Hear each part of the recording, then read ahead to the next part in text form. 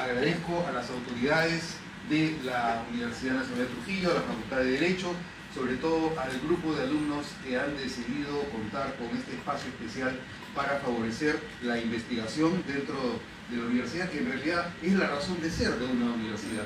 Una universidad que no investiga y que solamente se preocupa de evaluar a los alumnos si es que saben o no saben, la verdad que no es un aporte significativo para que el pueblo, para que la sociedad y para que nuestra historia justifique las mejoras que necesitamos dentro de nuestro panorama político, económico, laboral y en general humano.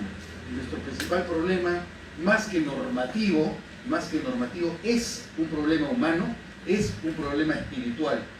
Si no lo comprendemos correctamente, vamos a seguir dando manotazos de ahogado, creando normas que luego van a servir para que quienes las tengan que manipular o aplicar se adapten a ellas o le saquen la vuelta, que es lo que venimos viendo y lamentando dentro de nuestra experiencia reciente. Es un problema humano. Y a partir de esta premisa, el texto de la ponencia, de la presentación que me toca hacer, se sitúa dentro de dos temas centrales. El primero, la razón de ser de este espacio, que es las perspectivas jurídicas integrales sobre el sistema electoral y el fortalecimiento de la democracia. Ese es el globo. Pero lo que a mí me toca de manera especial es referir el retorno al equilibrio o a nuevos escenarios de parálisis. El retorno al equilibrio o nuevos escenarios de parálisis. Es decir, estamos hablando de un ideal que supone que en nuestro sistema político debe haber un equilibrio. ¿Equilibrio entre qué? Equilibrio entre lo que nosotros como ciudadanos esperamos y lo que el Estado tiene la capacidad de ofrecernos, de darnos, para que nuestra dirección tenga un norte correcto en función de nuestra historia, en función de nuestros deseos, en función de nuestros ideales. Es la relación que debe existir entre el pueblo, la comunidad, la sociedad y el Estado. Ese es el principal problema donde residen las insuficiencias de equilibrio, es decir, la falta de homeostasis entre los dirigentes y el pueblo. Ese es el problema del equilibrio. Pero aparte del equilibrio también estamos hablando de la obstrucción, es decir, de la parálisis. ¿Qué pasó? Bueno, yo tenía mi pizarrita ahí preparada para trabajar con los números que no sé qué habrá ocurrido, pero los expertos están manejando mejor la presentación. Bueno, lo central es que les haga presente dos cosas.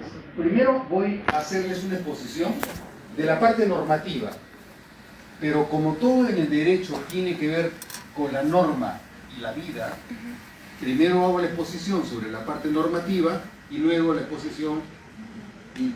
¿Se borró todo? Sí, al parecer se ha borrado porque lo habían desenchufado. Pero puede escribir, está habilitado. Pero ¿y me voy a demorar otra media hora en escribir todo? Sí. Bueno, eso es lo que pasa. Bueno, lamentablemente tenía unos datos importantes. Primero que me ayudaban a estructurar mi presentación, porque tenía los temas anotados sobre los cuales pretendía hacer la exposición. Ya no tengo la estructura. Entonces voy a tener... No importa, voy a refugiarme en esas habilidades que en el colegio nos enseñaron, que era la memoria. No queda otro remedio. La formación que ustedes reciben probablemente no incide tanto en la memoria, pero quienes nacimos en los años 50, es decir, que ya tenemos más de 70 años, nos obligaban a que nos aprendamos las cosas de memoria. Entonces, el fortalecimiento de la memoria me va a tratar de ayudar e invocaré a los dioses del Olimpo para que me asistan cuando algo me falle. Entonces, les decía, mi presentación va a tener dos partes. La primera parte, las normas, que es lo que sinceramente a mí menos me preocupa, porque lo que define, lo que decide, lo que gravita para que las normas nos sirvan son las personas, sus valores, sus virtudes, sus actitudes, su relación con las normas. Las normas valen tanto como las personas que las conocen y las viven en su vida práctica. Si las normas no son aplicadas en la vida de cada uno, no son normas, solamente es el nombre, es la nominalidad normativa. Lo que necesitamos es normas que nos calcen, y que nos calcen porque quienes las tienen que ejecutar, aplicar y practicar creen en ellas. En la medida en la que tú crees en las normas, estás convencido que las normas son buenas y son mejores y las vives en tu propia vida, en esa misma medida tenemos derecho y tenemos normas. Mientras que no tengamos operadores de las normas que crean que lo que dice la norma le sirve, le es útil y lo hace mejor y está convencido de que es así, mientras que eso no se dé, no tenemos derecho, no tenemos orden. Lo que tenemos es fingimiento, superficialidad, mentira, fraude, decepción, desencanto, desengaño, que es lo que abunda por todas partes, en razón de lo cual, invocando una supuesta superioridad, se ha ignorado lo que había decidido previamente la población en el referéndum del año 2018, donde se había votado en contra de la bicameralidad. Ustedes recordarán eso. Se votó en contra de la bicameralidad, pero el Congreso unicameral, utilizando perfectamente las facultades que le corresponden, porque no era necesario tener una asamblea constituyente para hacerlo, utilizando las facultades que le reconoce el artículo 206 de la Constitución, modificó la Constitución utilizando los preceptos que la propia Constitución señala, sin recurrir al referéndum. Lo que hizo fue aprobarlo conforme lo dice el artículo 206 de la Constitución, utilizando la mayoría de 2/3 en el Congreso unicameral durante 2 legislaturas ordinarias sucesivas. Eso es lo que se ha hecho. Entonces tenemos ante nosotros ya una primera aparente contradicción, porque por un lado tenemos que ver qué valor tiene el referéndum. Se consulta al pueblo, a ver, ¿tú qué quieres? ¿Tú qué prefieres? ¿Quieres que retornemos a la bicameralidad o quieres mantenernos en un régimen unicameral? Ahí el asunto ya tuvo otro tipo de explicación que nuevamente tiene que ver con la vida. ¿Por qué? Porque los operadores del sistema político, no se puede ignorar, que indujeron a la población para votar en el referéndum en contra del retorno a la bicameralidad. Ese es un factor, es un dato. Puede ser bueno, puede ser malo, no interesa, pero nadie puede negar que los agentes en el poder estatal indujeron a la población para que se rechazara en el referéndum el retorno a la bicameralidad. Eso fue lo que ocurrió, es un dato. Yo no digo si es bueno, si es malo, no lo califico, pero es un dato concreto de la realidad. El pueblo votó en contra del retorno a la bicameralidad y luego, en ejercicio de las competencias que el Congreso unicameral tiene de acuerdo a la Constitución, se retornó a la bicameralidad. Ese es el hecho concreto. El siguiente paso es recordar que en el proceso de retorno a la bicameralidad han habido sucesivos esfuerzos.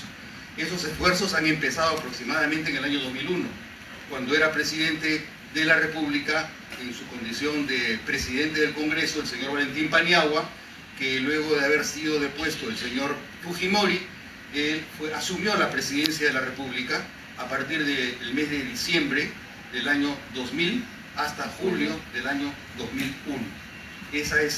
A partir de esa fecha es que empiezan los sucesivos intentos de retornar a la bicameralidad. El señor Paniagua convocó a una comisión para que hiciera una propuesta. La propuesta se presentó en el Congreso.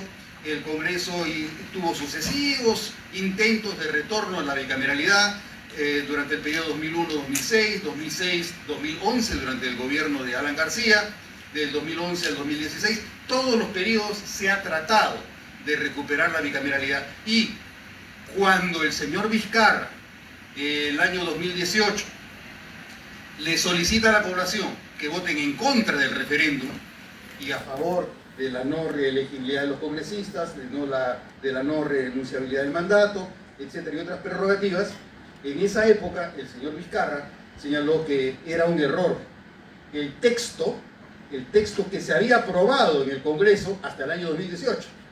El Congreso ya había aprobado un texto en el año 2018, pero era un texto que no le pareció adecuado al señor Vizcarra, en razón de lo cual él propuso que con ese tipo de conformación de la bicameralidad no convenía recuperar la bicameralidad. Como ustedes han escuchado, mi formación personal y profesional ha sido en un régimen bicameral. Yo trabajé en el Congreso desde el año 1980 hasta el año 1992. Entonces, mi formación original, la teta de la que yo he mamado, ha sido la teta de la bicameralidad. Mi formación, además, ha sido con otro tipo de políticos, como los que en esa época existieron en el Perú desde el año 80 hasta el año 92, que no tienen nada que ver con el tipo de políticos que tenemos ahora. Entonces, esa es la formación que yo recibí y de la que aprendí. Mis maestros, en ese caso, podría decirse pues que ha sido Luis Alberto Sánchez, Ramiro Prialé, León de Vivero, Ramírez del Villar, Polar Ugarteche, Quirino Soto, Valentín Paniagua, Elías Mendoza Versperger, Andrés Townsend Escurra. La verdad, el tipo y la calidad de maestros que uno tiene cuando llega al Congreso y tiene una representación notable, es totalmente diferente a la que tú puedes tener ahora, donde tú tienes, de alguna medida, que despreciar a la gente que tienes ahí representándote. Tienes que despreciar a esa gente, porque no puede ser justo que todo esto ocurra. Entonces, el gran problema, ¿cuál es? Que se propone la bicameralidad como una forma de solucionar los problemas ¿de qué? De representación. Se propone la bicameralidad como una solución a los problemas de representación. Entonces, si el problema es la representación y te proponen como receta para solucionar lo que está funcionando mal, la pregunta es si es que está dentro del remedio que se propone para la enfermedad, si es que ese remedio es el idóneo, el correcto, el ajustado para corregir la calidad del problema. Ese es el gran inconveniente. Entonces, ¿cómo conseguimos dar una solución a un problema frente a un remedio que no sabemos si es que será útil o no en la medida en la que ha sido redactado? ¿Cuáles son los problemas de representación que hay que solucionar? Todos lo sabemos o los intuimos. ¿Cómo se ha venido comportando este Congreso que ha configurado una situación prácticamente de desprecio? Recuerden que lo que estamos haciendo es contrastar norma con vida. Norma con vida. Lo que mis ojos ven frente a lo que mi cabeza lee cuando yo veo una norma. Entonces, mis ojos no me engañan cuando yo escucho, cuando yo sé que hay congresistas que le roban el sueldo a sus empleados. Cuando hay congresistas que aprueban normas que van a terminar sirviéndole sus propios intereses privados. Cuando en el Congreso hay congresistas que realizan actos de abuso laboral o sexual. Entonces, si esos son los problemas que nos indignan, la pregunta es, ¿pueden mejorarse esos problemas con un régimen bicameral? ¿O el remedio no tiene absolutamente nada que hacer con la enfermedad? Y más bien, el remedio puede luego configurar otra forma de la misma enfermedad. Se repetirá la enfermedad con un régimen bicameral cuando no se ha conseguido el remedio apropiado, adecuado y proporcional para solucionar los problemas de representación que ya teníamos, que ya tenemos, que nos indignan, que nos sacan sangre. Entonces, el problema es, si las normas no nos van a ayudar, porque la bicameralidad puede tener algunas ventajas, puede sí tener algunas ventajas, sí, pero es insuficiente. La bicameralidad es insuficiente para solucionar esos problemas de la realidad que afectan nuestras vidas, Entonces, ¿cuál es el origen del problema? Y ahí empezamos a desmanejar la lana. Los problemas centrales son que para llegar a ocupar un puesto representativo, tú tienes que contar con las oportunidades necesarias para que quienes van a reemplazar a los que se están comportando de una manera inadecuada hayan hecho lo necesario para que el sistema funcione. ¿Quiénes son los que tienen que actuar para solucionar el problema? ¿El Congreso? No lo va a hacer, al contrario, lo que busca el Congreso es perpetuar los mismos hábitos, los mismos modos, las mismas maneras que se vienen utilizando y que comprobamos que nos generan desazón, disgusto, desencanto, desprecio. El problema se encuentra en quienes nos proponen para que ocupen un puesto representativo. ¿Quiénes nos proponen a alguien para que ocupe un puesto representativo? Los partidos políticos, pues. Los partidos políticos. Mientras que los partidos políticos no se preocupen de capacitar a sus militantes a partir del perfil que tiene un puesto representativo, para que cuando nos proponga a la comunidad un menú de candidatos con las competencias necesarias para que nosotros podamos votar por esos candidatos, mientras que eso no ocurra, obviamente no va a haber ningún tipo de cambio. Por lo tanto, los partidos políticos son el filtro necesario para que la representación cambie y tenga mejor calidad. Ahora, la pregunta va a ser nuevamente, estamos en una escuela de derecho y la gran tentación que tienen los abogados es creer que la realidad cambia cuando tú cambias las normas. Pero si las normas cambian, pero los operadores hacen con las normas lo que les regalen gana, ¿de qué te sirven las normas?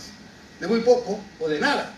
Entonces el cambio está en la conciencia, el cambio está en la actitud, el cambio está en la convicción. Si no hay convicción respecto de lo que hay que hacer, de lo que es bueno, de lo que es incorrecto, si no hay convicción sobre eso, de nada te va a servir ni la Constitución, ni las leyes, ni nada. Lo que se necesita es esos cambios. ¿Y esos cambios de dónde vienen? Vienen de los partidos políticos. Partidos políticos adecuadamente integrados, dirigidos, liderados por militantes convencidos sobre qué es lo que queremos para el Perú. ¿Cuál es la visión que tenemos del Perú? Pero no la misma visión que siempre se ha repetido de inicios del siglo XX, mediados del siglo XX y hasta fines del siglo XX. Recordemos qué cambios han ocurrido en el mundo y no solamente en el Perú. A partir de 1989 cambió todo. El muro de Berlín cayó, cae la Unión Soviética y comienzan los cambios tecnológicos más importantes en nuestra historia, que hacen que todo el sistema político y todo el sistema social y todo el sistema cultural cambie notablemente. Entonces la pregunta es, en un contexto global como en el que estamos viviendo, ¿qué ofrecen los partidos políticos? ¿Cuál es la visión que tienen los partidos políticos sobre el tipo de Perú que queremos en función de los cambios globales que nos afectan no solamente al Perú, a todo el mundo? ¿Cómo se inserta el Perú en un contexto de tanto cambio tecnológico, en un cambio donde la tecnología no solamente afecta la manera en la que tú te comunicas, la tecnología también afecta hasta el genoma humano? ¿Qué respuestas tenemos que dar frente al tema del aborto, de la eutanasia? Ese tipo de problemas no existían a inicios del siglo XX y los partidos que siguen repitiendo como loros o como papagayos lo que se venía pensando del Perú a principios del siglo XX, mediados del siglo XX, fines del siglo XX, no están cumpliendo con su rol. Hacen falta partidos que tengan la capacidad de integrar al Perú en el contexto de globalización en el cual nos encontramos. Pero esos mismos partidos tienen una misión muy importante. ¿Cuál? Los partidos políticos son, primero, filtro. Son filtro. Es decir, el partido se hace cargo de la población que llega porque quiere militar en ese partido. Llega la población, se matricula en el partido y el partido comienza a formar a esas personas. Por eso son filtros. Pero en segundo lugar, son escuela. Los partidos son filtro y son escuela. Partido que no es filtro, partido que no es escuela, no cumple con su misión. El Perú espera que los partidos sean filtro y sean escuela. Puedo ser extremadamente grosero si es que les tomo la fotografía de lo que tenemos en el Congreso. Ustedes dicen, ¿qué representantes de porquería tenemos? Pero a la vez son los representantes que vienen directamente del pueblo porque los partidos no los filtraron.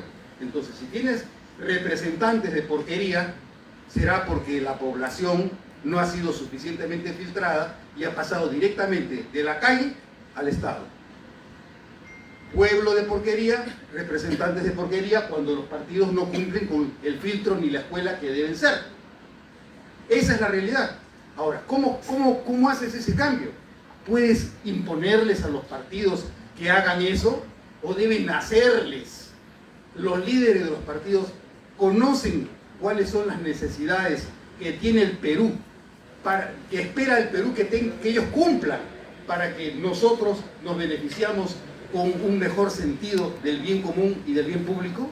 Si no lo están haciendo, obviamente vamos a seguir reproduciendo todas las taras las vamos a seguir reproduciendo porque no contamos con un filtro adecuado que esté a cargo de los partidos políticos. Entonces, frente a esa situación, el diseño que tenemos para el régimen bicameral trae una consecuencia. La consecuencia es que todas las bases del régimen bicameral se van a ir adecuando a las necesidades de quienes lleguen al Congreso. Si son el mismo tipo de personas que hemos tenido durante el régimen unicameral, no va a haber ningún tipo de cambio. No va a cambiar absolutamente nada. ¿Cuál es el gran problema ante el cual nos enfrentamos en estos momentos? El gran problema es el de la fragmentación que fue mencionado al inicio de la exposición, el de la fragmentación y cómo la fragmentación puede afectar el funcionamiento del sistema. La fragmentación es consecuencia de que el sistema electoral tiene dos principios sobre los cuales deben trabajar. O es el principio de la pluralidad política o es el principio de la representación política. ¿Cuál es la lógica del principio de la pluralidad política?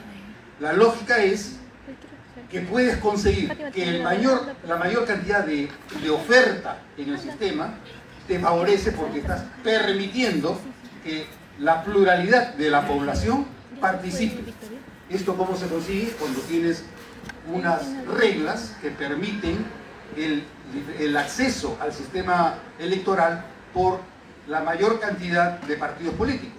Como cuando tú, por ejemplo, dices que el número de inscritos dentro del partido debe ser una cantidad muy pequeña, cuando el número de comités partidarios que se necesitan es una cantidad muy pequeña, cuando no se requiere, cuando no se impone la valla electoral.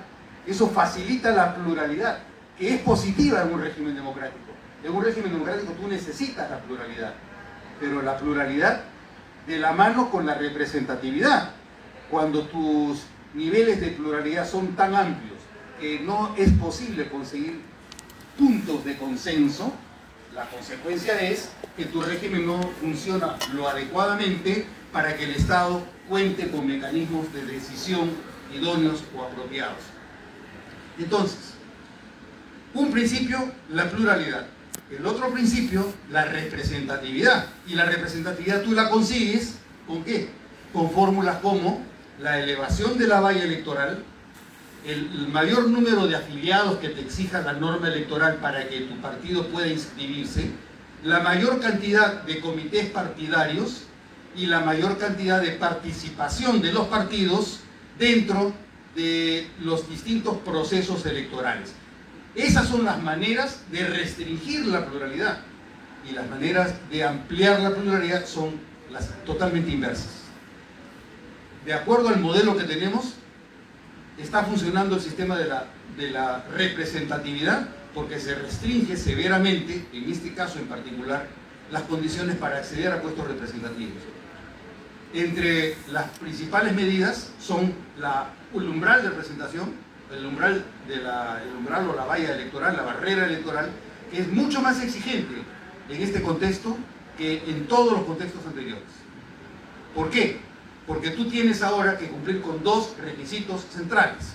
El primero, que en el Senado o en diputados, los partidos políticos que postulan tengan más del 5% del total de los votos del electorado, del universo del electorado. Si somos 27 millones y medio de electores, la lógica te lleva a pensar que se necesita que de los votos válidos se consiga el 5%. Los votos válidos, ¿cómo se calculan? Excluyendo a los que no votaron, excluyendo a los que fueron a votar, pero no votaron nulo o blanco. Entonces te quedas con un porcentaje de los votos respecto a los cuales se va a calcular el 5%. La tendencia histórica en el Perú ha sido que aproximadamente el 30% de la población electoral, del universo electoral, el 30% no va a votar. 20% sí vota, pero vota nulo o vota blanco. Ahí nomás tienes el 50%. La tendencia histórica hasta el periodo de los últimos veintitantos años, desde el año 2001 hasta el año 2021, la tendencia ha sido que un promedio del 10% de los votos válidos no pasan la valla electoral. Entonces sumas 30 más 20 más 10 son 60% del universo electoral, 60% que no tiene representación. Solo el 40% tiene representación. Pero con el actual umbral que se ha creado, es más fuerte. Entonces es muy probable que ahora pasemos de que antes más o menos el 40% de la población tuviera representación, pasamos a un sistema en el que probablemente solo el 30% de la población electoral tenga representación. 30%. Es decir, 70% de la población no va a tener representación en el Perú. 70%. 30% sí la va a tener. Ahora, ese 30% que sí va a tener representación en el Perú es el que se va a dividir la cuota de escaños en cada una de las cámaras. La pregunta va a ser, si tenemos aproximadamente 6 partidos que van a pasar la valla, tanto en el Senado como en diputados, independientemente del color que sea, si tenemos 6 partidos que van a pasar la valla y vamos a tener 32 partidos más o menos que no van a pasar la valla, ese grupo del 70% de la población que no va a tener representación y los 32 partidos que han quedado fuera son los que van a constituir el grupo de los subrepresentados. Es la población subrepresentada ante el Estado. 70% de la población subrepresentada en el Estado no va a tener representación. 30% sí.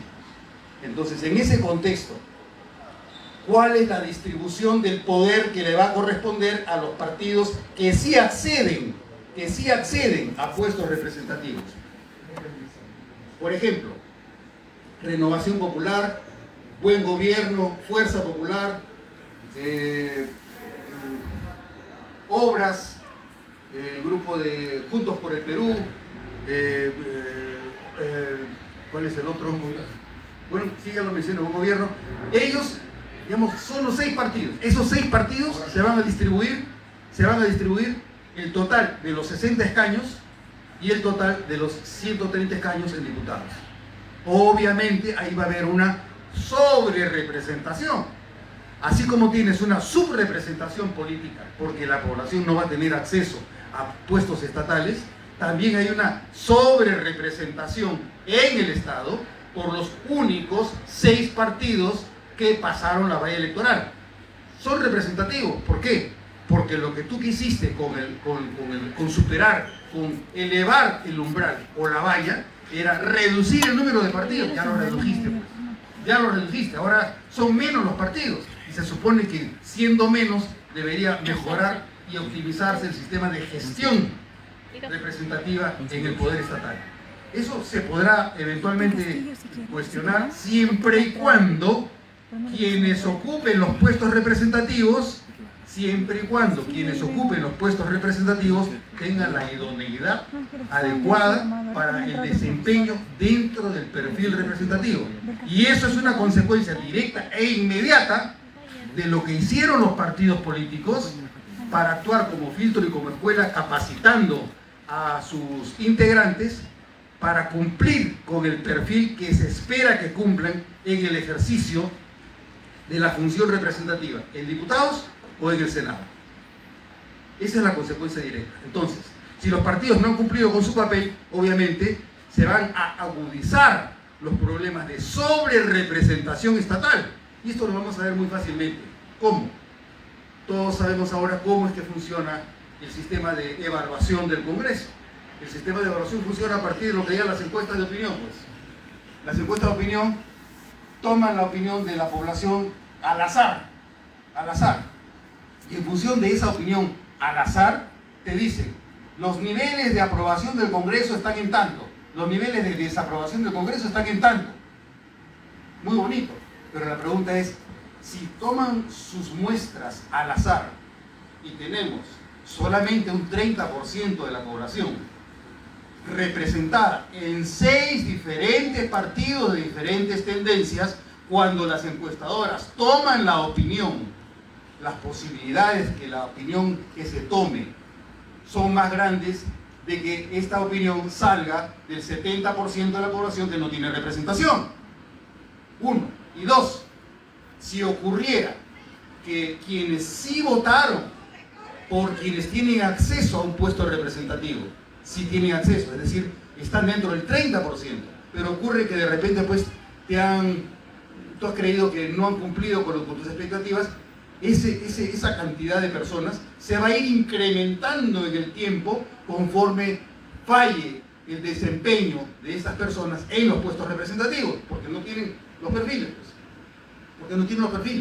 Entonces, esto podría ser el anticipo de una muerte anunciada, porque las posibilidades que tiene un sistema de evaluación del Congreso mediante las encuestadoras de opinión que toman sus muestras al azar sin saber si la persona a la que le están pidiendo su opinión tiene o no tiene representación, en primer lugar, y en segundo lugar, si teniendo representación está disconforme con la actuación del partido por el cual esa persona votó, asumiendo que no interviene otra variable más. ¿Cuál? El uso del voto preferencial. Porque tú puedes muy bien estar de acuerdo con un partido, pero tu voto preferencial no fue para que ganara quien ganó. Entonces ahí tienes otro elemento adicional que lleva a la perjudicación del balance que se haga sobre el sistema representativo. Pero además de todo esto, tienes otro factor adicional, que sí existen modos de una evaluación objetiva del sistema representativo. ¿Cuál? Si tuviéramos agentes competentes dentro del Congreso, obviamente los gestores del sistema representativo, los gestores, deben saber que un instrumento básico de gestión en las instituciones públicas son los planes estratégicos, son los planes prospectivos, es la gestión prospectiva, la gestión estratégica. Tú dices, mi visión del Congreso es esta, mi visión del Perú es esta.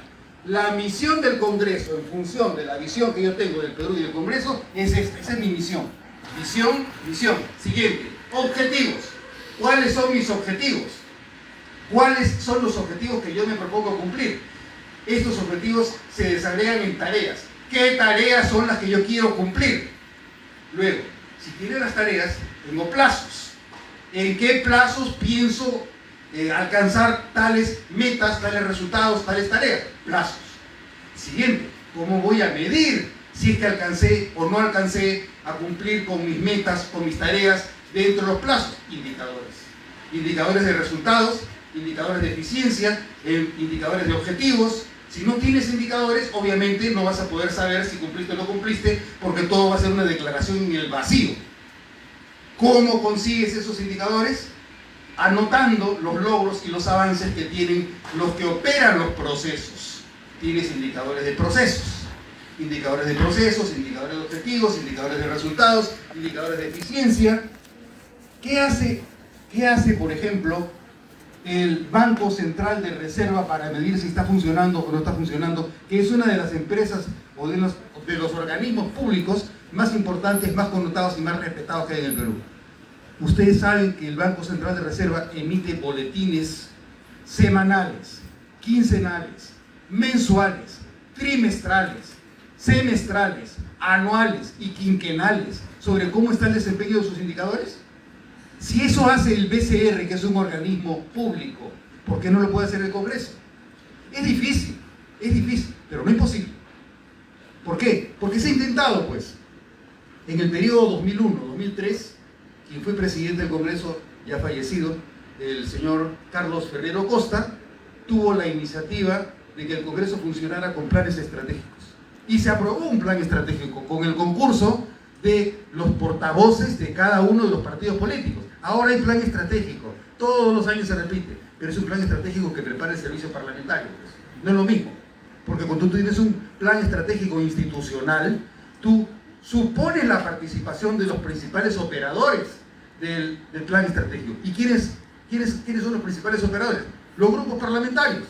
Si los grupos parlamentarios no se interesan en definir cuáles van a ser sus misiones, sus objetivos, sus tareas, sus metas y sus indicadores, obviamente nunca van a cumplir con nada, porque no les interesa ser medidos. Y cuando tú mides, tú sabes si estás cumpliendo o si tú no estás cumpliendo. Ya no necesitarías encuestadoras de opinión, pues, porque estás emitiendo tus boletines, no sé si semanales, pero de repente mensuales, trimestrales, semestrales, anuales. Así de sencillo. Tú puedes evaluar el desempeño del Congreso si tú tienes un plan estratégico, pero para eso necesitas operadores que conozcan de gestión pública.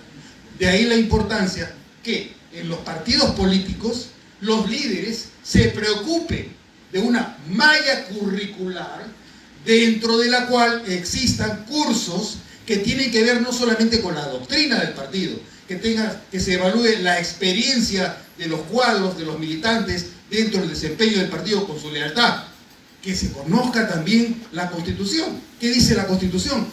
Por ejemplo, a veces escucho yo al señor López Aliaga que habla lo que le parece, lo que tiene en la cabeza, pero desconoce cuáles son los límites que tiene la Constitución. Dicen, o algunos candidatos que dicen, tenemos que salirnos de la Convención Americana de Derechos Humanos, del Pacto de San José, pero no saben que para que eso ocurra por lo menos necesitas 3 años y además pasar por un proceso de reforma constitucional.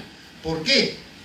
Porque no solamente la Corte Interamericana y el Comité Interamericano de Derechos Humanos fueron aprobados mediante un tratado, sino que ese tratado tiene cláusulas específicas respecto del reconocimiento de las competencias que tiene la Comisión Interamericana con los recursos individuales que permite que presenten los ciudadanos, y además otra cláusula específica sobre el carácter vinculante de las decisiones de la Corte Interamericana de Derechos Humanos.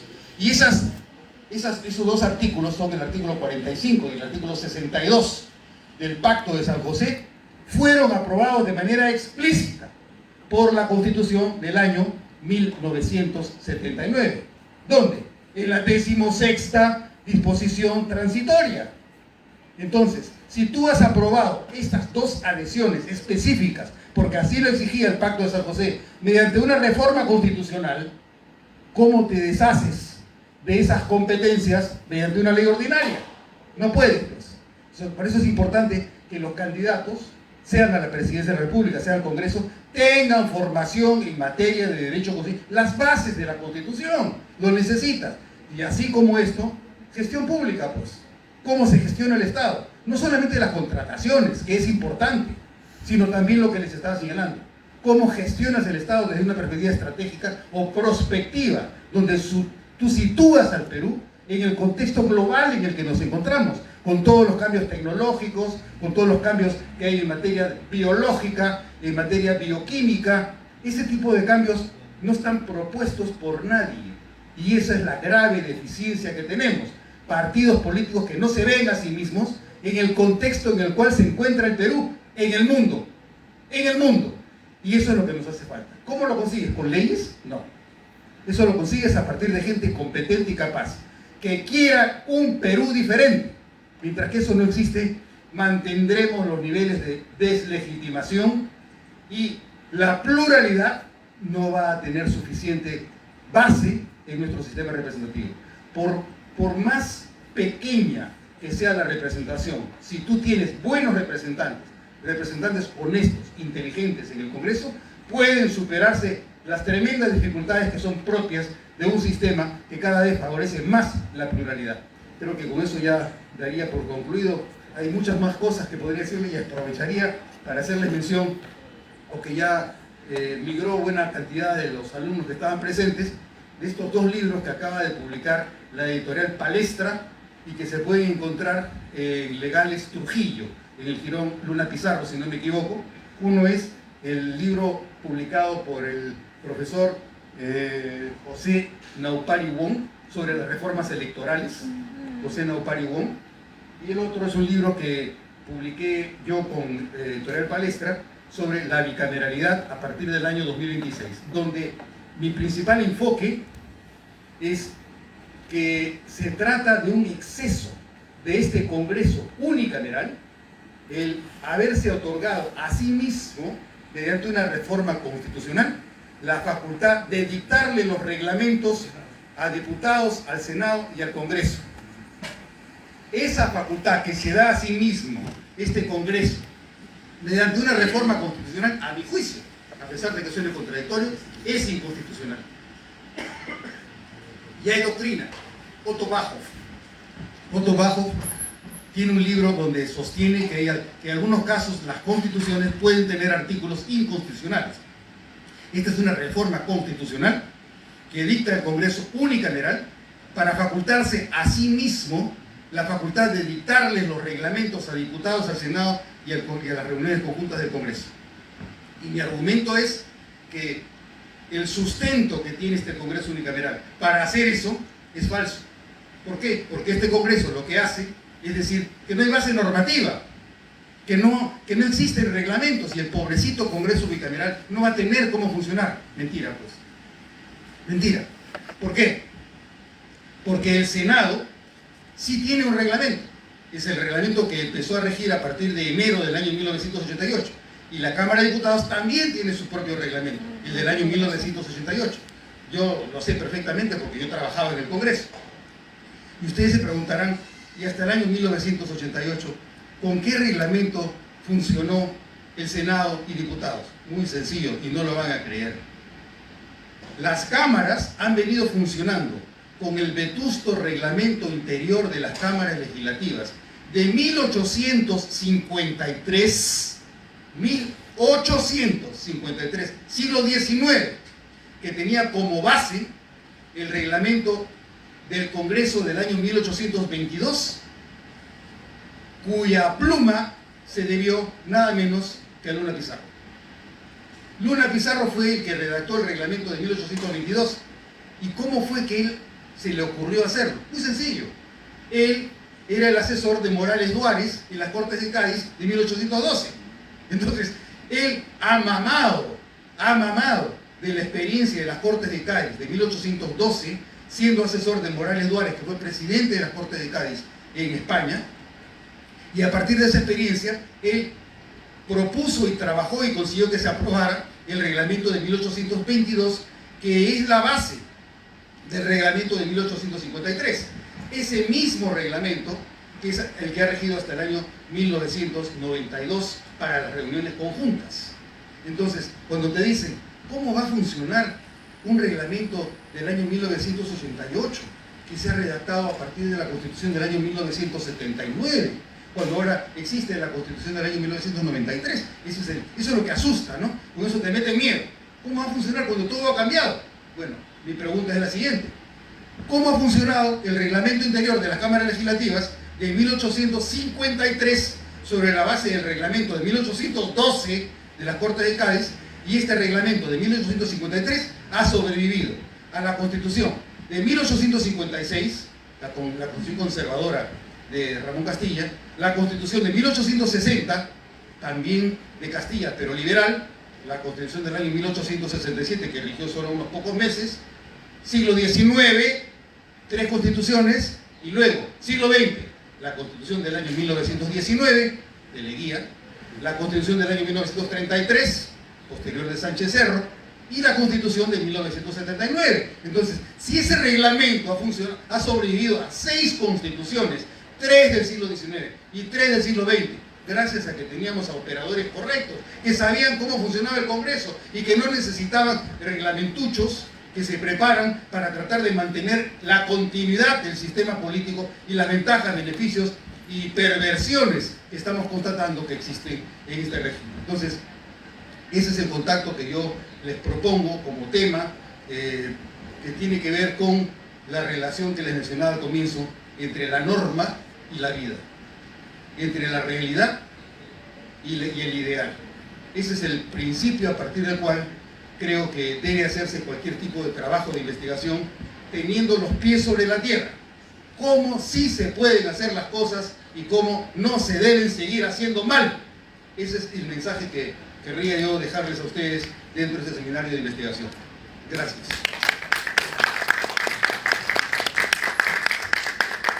Funcionó la memoria, ¿no?